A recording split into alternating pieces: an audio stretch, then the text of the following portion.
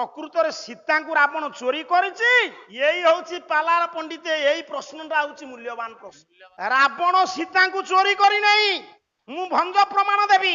ମା ବସୁମତୀ କହିଲେ ଆମେ ସମସ୍ତେ ଜାଣିଛୁ ଦୁର୍ବୃତ୍ତ ରାବଣ ତାଙ୍କୁ ଚୋରି କରି ନେଲା। ନା ନାଇଁ ମା, ଶୁଣ, ସେଦିନ ତୁମ ଝିଅର ରାବଣର କଥାବାର୍ତ୍ତା କଣ ହେଇଥିଲା କହୁଛି। ରାବଣ ମୂର୍ଖ ନୁହଁ ନା, ରାବଣ ସୀତାଙ୍କୁ କାହିଁ ଚୋରି କରିବ? ତାର ଲକ୍ଷେଟା ପଦ୍ମିନୀ ଜାତୀୟ ସ୍ତ୍ରୀ। ରାବଣ ବୈଜ୍ଞାନିକ, ରାବଣ 10ଟା ଅନଲିମିଟେଡ କୋର୍ସ କମ୍ପ୍ଲିଟ କରିଥିଲା। ଠିକ ନା ଭୁଲ? ରାବଣ ସୀତାଙ୍କୁ ଚୋରି କରିଛି ନା ସୀତା ଯାଇଛନ୍ତି? ମତେ ସାହିତ୍ୟ ଦେଖଉଛି ନୃସିଂହ ହୋତା, ନାରୀ ପାଠି ବାଟେ ବାହାରି ପଡିବ। ମାଇଚିଆ ନୁହଁ, ମୁଁ ତାଙ୍କୁ କହୁନି, ଆଙ୍କୁ ଦେଖେଇକିରି ତାକୁ କହୁଛି। ପାଲା ଶୁଣିବା ଲୋକର ବେଶୀ ମୁଣ୍ଡ ଖର୍ଚ୍ଚ ପାଲାରେ। ପାଲା ଶୁଣିବା ଲୋକର ବେଶୀ ମୁଣ୍ଡ ଖର୍ଚ୍ଚ ପାଲାରେ। ମୁଁ 30 ବର୍ଷ ହେଲା ପାଲା ଗାଇଲିଣି। ବଡ ବଡ ଗାୟକ ପାଲା ଗାଇଲା ବେଳେ ଅନ୍ୟ ମନସ୍କ ହେଲେ ଆମେ ଧରି ପାରୁନୁ। କହିଲେ ସୀତେ ମୋ ଲକ୍ଷଣ ଯେତେବେଳେ ବଳୟ ରେଖା ଟାଣି ଦେଇ କୁଟୀର ଚତୁଃଶ୍ୱାସରେ ଗଲେ। ଏଇ ହଉଛି ପାଲାର ପଣ୍ଡିତେ, ଏଇ ପ୍ରଶ୍ନଟା ହଉଛି ମୂଲ୍ୟବାନ ପ୍ରଶ୍ନ। ସେତିକି ବେଳେ ଜଣେ ଆଇଲା ପର ପୁରୁଷ। କିଏ? ରାବଣ। ତୁମେ ରାବଣ ସାଙ୍ଗରେ ଚାଲିଗଲ। ସୀତା ନାଇଁ। ସାର୍ ମାନେ ବିଚାର କରନ୍ତୁ, ଏଇ ହଉଛି ପୁରାଣର ବିଡମ୍ବନା, ରାମାୟଣର ବ୍ୟତିକ୍ରମ। ରାବଣ ସୀତାଙ୍କୁ ଚୋରି କରିନାହିଁ, ମୁଁ ଭଞ୍ଜ ପ୍ରମାଣ ଦେବି। ରାବଣ ସୀତାଙ୍କୁ କେମିତି ଚୋରି କରିବ? ରାବଣ ତା ପରିଚୟ ଦେଇଛି। ଏମିତି କରିବା ଲୋକକୁ କେହି ଚୋର କହିପାରିବେନି।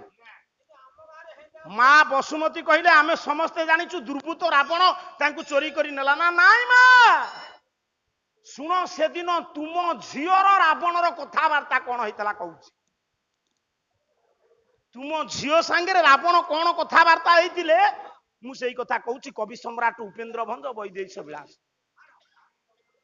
ବୈଦେହୀଶ ବିଳାସ ଧୀରେ ଧୀରେ ଆଜ୍ଞା ଆପଣ ମାନେ ସମସ୍ତେ ବିଚାର କରନ୍ତୁ, ମୋରି କଥା ଉପରେ ମୁଣ୍ଡ ଦିଅନ୍ତୁ। କବି ସମ୍ରାଟ ଉପେନ୍ଦ୍ର ଭଞ୍ଜ, ବୈଦେହୀଶ ବିଳାସ।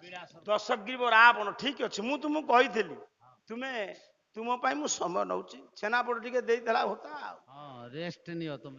ଆପଣ ମାନେ ବିଚାର କରନ୍ତୁ, ଆଜି ରାମ କହିଲେ ତୁମକୁ ଯେତେବେଳେ ଲକ୍ଷ୍ମଣକୁ ନିନ୍ଦା କଲ, ଲକ୍ଷ୍ମଣ କଲେ, ତୁମେ ଥିଲ କୁଟୀର ଭିତରେ।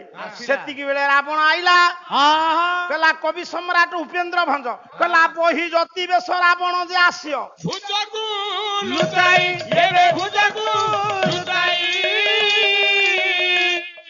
ବିଭୂତି ଅଙ୍ଗ କରଙ୍କ କର ମାଳେ।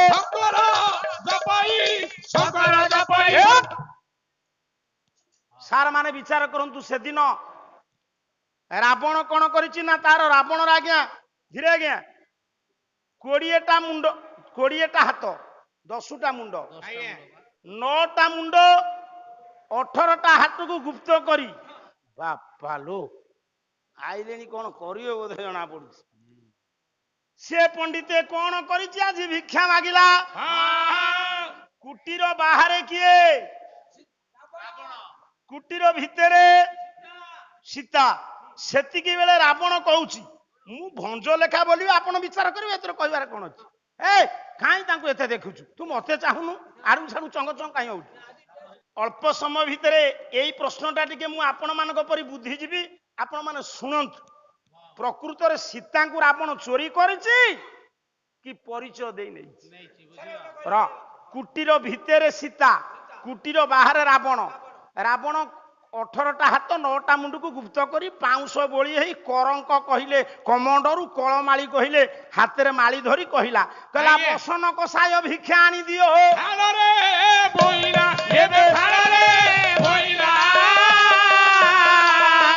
ବସ କ୍ଷଣେ ଈଶ ଭାସନ୍ତୁ ଏ ଭାସ। ମଉସା କଳା ନଗେଇଲା ବେଳକୁ ଭଲ ଦେଖା ଯାଉଛନ୍ତି। କଷା ବସ୍ତ୍ର ପିନ୍ଧି କହିଲା ତୁମେ କୁଟୀରରେ କିଏ ଅଛ, ମା ମତେ ଗଣ୍ଡେ ଭିକ୍ଷା ଦିଅ। କିଏ କହିଲା? ରାବଣ। ସୀତା କଣ କହିଲେ ଜାଣନ୍ତି? କହିଲେ ବସ କ୍ଷଣେ ଈଶ ଆସନ୍ତୁ ଇଏ ଭାସ ଭାସିଣ ମହେ। ସୀତା କହିଲେ ତୁମେ କିଏ ଆସିଛ ଭିକ୍ଷା ପାଇଁ? ମୋ ଈଶ ଆଇଲେ ମୁଁ ଭିକ୍ଷା ଦେବି। ରାବଣ ମହା ଚାଲାକ। ଈଶ କହିଲେ ସ୍ୱାମୀ, ଈଶ କହିଲେ ଶିବ, ଈଶ କହିଲେ ନାଇଁ ନଙ୍ଗଳ ଈଶ ଏଠି ଦରକାର ନାହିଁ। ସେଇଠି ରାବଣ କହିଲା ମୁଁ ଗଡେଇ ନେଇ ଯାଉଛି, କାରଣ ପାଲାଟେ ବୋଲିବାକୁ ପଡିବ, ଏମାନେ ଆଇଲେଣି। ରାବଣ କହିଲା ବିଷ ପାଣି ଭଣି ଈଶାନ କଲେଣି, ଏ ବନେ କି ବାସ? ଶିବ କଣ ଜଙ୍ଗଲରେ ବାସ କଲେଣି? ତୁମେ ଆଇଲେ ଭିକ୍ଷା ଦବ? ମା ରାଗି ଗଲେ, କହିଲେ ଆରେ ଆରେ ଭିକାରୀ କଣ ପ୍ରତିଶବ୍ଦ କରୁଛି? ସୀତା ଆଉ ଟିକେ ବଦଳେଇ ଦେଲେ, କହିଲେ ନାଇଁ ନାଇଁ ସେ ଈଶ ନୁହଁ, ନା ଆଉ କିଏ ନା ଧବ ଆଇଲେ ଭିକ୍ଷା ଦେବି। ସାର୍ ସ୍ୱାମୀ ଅର୍ଥ ଧବ, ଧବ କହିଲେ ଗଛ, ବାଳିଆ ମାଛ ଆଗକୁ ଆସିବ। ର ପାଟି କନା, ତୁ ଆଗ ତରା ହଉଛୁ କାହିଁ? ସେ ତାଙ୍କୁ ଦେଖି ବେଶୀ ବାଉଳା ହଉଛି, କାରଣ ସେ ତ ତାଙ୍କ ବସା ଘରେ ଖାସ ରହି ଆମ ଘରେ ରହିନି। ର ଧବ କହିଲେ ଗଛ। ରାବଣ କହିଲା ବିପିନରେ ଧବ କିବା ଜାତ, ଆତ ହେଲେ ଯାଇଛି ଆସିଲେ ଭିକ୍ଷା ଦବ ଏ ବୋଇଲେ। ରାବଣ କହିଲା ଗଛ କଣ ସବୁ ଜଙ୍ଗଲରେ ଯାତାୟାତ କଲେଣି? ସେ କୁଆଡେ ଯାଇଛନ୍ତି ଆଇଲେ ଭିକ୍ଷା ଦବ? ବାବୁମାନ, ପାଲା ଶୁଣିବା ଲୋକର ବେଶୀ ମୁଣ୍ଡ ଖର୍ଚ୍ଚ ପାଲାରେ। ମୁଁ 30 ବର୍ଷ ହେଲା ପାଲା ଗାଇଲିଣି। ବଡ ବଡ ଗାୟକ ପାଲା ଗାଇଲା ବେଳେ ଅନ୍ୟ ମନସ୍କ ହେଲେ ଆମେ ଧରି ପାରୁନୁ। ମୋ କହିବାର ତାତ୍ପର୍ଯ୍ୟ, ଦଶଗ୍ରୀବ ରାବଣ କହିଲା ଜଙ୍ଗଲରେ କଣ ସବୁ ଗଛ ଯିବା ଆସିବା କଲେଣି? ଧବ କହିଲେ ଗଛ, ଧବ କହିଲେ ସ୍ୱାମୀ। ସୀତା ଚିଡି ଗଲେ, କହିଲେ ନାଇଁ ଧବ ନୁହଁ, ନା ଆଉ କଣ ନା ରାଘବ। ଆହୁରି ରାବଣ ଠୋ ଠୋ ହେଇକି ହସିଲା। କହିଲା ବିଚିତ୍ର ବାଣୀ, ବାପା ସେଇ ସ୍ୱର ପକେଇ ବଜେଇବ କହୁଥିଲା। କହିଲା ବିଚିତ୍ର ବାଣୀ ଶୁଣିଲା ଦୈତ୍ୟ ଭଣୀ, ନାରୀ ପାଠି ବାଟେ ବାହାରି ପଡିବ। ମାଇଛି ଆନୁ ତୁ, ମୁଁ ତାଙ୍କୁ କହୁନି, ଆଙ୍କୁ ଦେଖେଇକିରି ତାକୁ କହୁଛି। କହିଲା ବିଚିତ୍ର ବାଣୀ ଶୁଣିଲା ଦୈତ୍ୟ ଭଣୀ, ତୁ ହି ତ ମାନୁଷୀ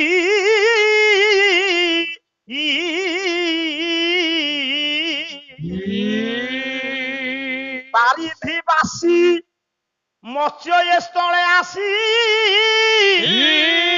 ତୋ ସଙ୍ଗେ ବିଳସୀ ଏଇଠି ଛାଡିଦେବି। ପାଳିଆ କିଏ ଅଛି ତାକତ ଯଦି ଧରି ନେଇଦେବ ମୁଁ ଜାଣିବି ପାଳିଆ। 12 ରାତି ପଇସା ଦେଇଦେବି। ହଁ ଧରିଦବୁ, ନ ଧଇଲେ କଣ କରିବି? କହିଲା ବାରିଧି ବାସି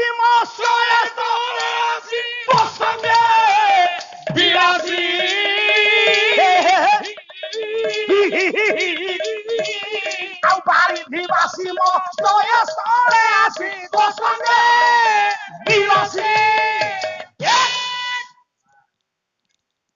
ରାବଣ କହିଲା लो ମା ତୁମେ କଣ ବାଳିଆ ମାଛକୁ ବାହା ହେଇଛ? କାରଣ ମଉସା ରାଘବ କହିଲେ ରାମ, ରାଘବ କହିଲେ ବାଳିଆ। ସେଇଠି ମା ଜାନକୀ ଚିଡି ଗଲେ, କହିଲେ ବକ୍ରୌକତି କହୁଛ ହୋଇ ଯଦି ବୋଇଲେ